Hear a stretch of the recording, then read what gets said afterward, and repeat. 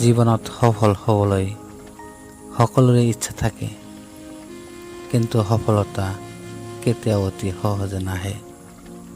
সফলতাৰ পথ সদায়ে কঠিন, কষ্টকৰ আৰু প্ৰত্যাহ্বানেৰে ভৰা। মনত ৰাখিব, যিসকলে আজি সফলতাৰ শিখৰত উপনীত হৈছে, তেওঁলোকেও এদিন শূন্যৰ পৰাই আৰম্ভ কৰিছিল। তেওঁলোকৰ আৰু আমাৰ মাজৰ পাৰ্থক্য মাত্ৰ এটাই, তেওঁলোকে কেতিয়াও হাৰ মানি লোৱা নাছিল। জীৱনত বহু সময়ত ব্যৰ্থতা আহিব। মানুহে আপোনাক নিৰুৎসাহিত কৰিব, কেতিয়াবা নিজৰ ওপৰতো বিশ্বাস হেৰুৱাই পেলাব পাৰে। কিন্তু সেই সময়তেই আপোনাৰ সাহস আৰু ধৈৰ্যৰ প্ৰকৃত পৰীক্ষা হয়।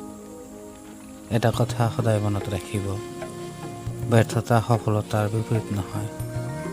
ব্যৰ্থতা সফলতাৰ এটা অংশ। আপুনি আজিৰ কষ্টৰ ফল হয়তো আজি নাপাব পাৰে, কিন্তু এদিন নিশ্চয় পাব, যিদিনা আপোনাৰ পৰিশ্ৰমে ফল দিব।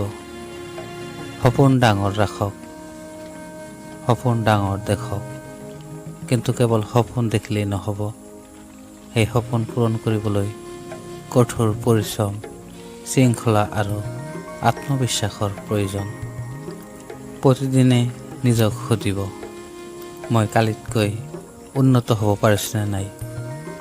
সৰু সৰু উন্নতিয়েই এদিন ডাঙৰ সফলতালৈ লৈ যায়। মনত ৰাখিব, সময় কাৰো বাবে অপেক্ষা নকৰে।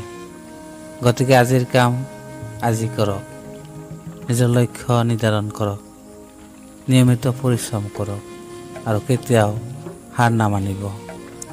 যেতিয়া পৃথিৱীয়ে কয় তুমি নোৱাৰিবা, তেতিয়া নিজৰ মনক কওক, মই চেষ্টা কৰিম, মই শিকিম আৰু মই সফল হ'ম।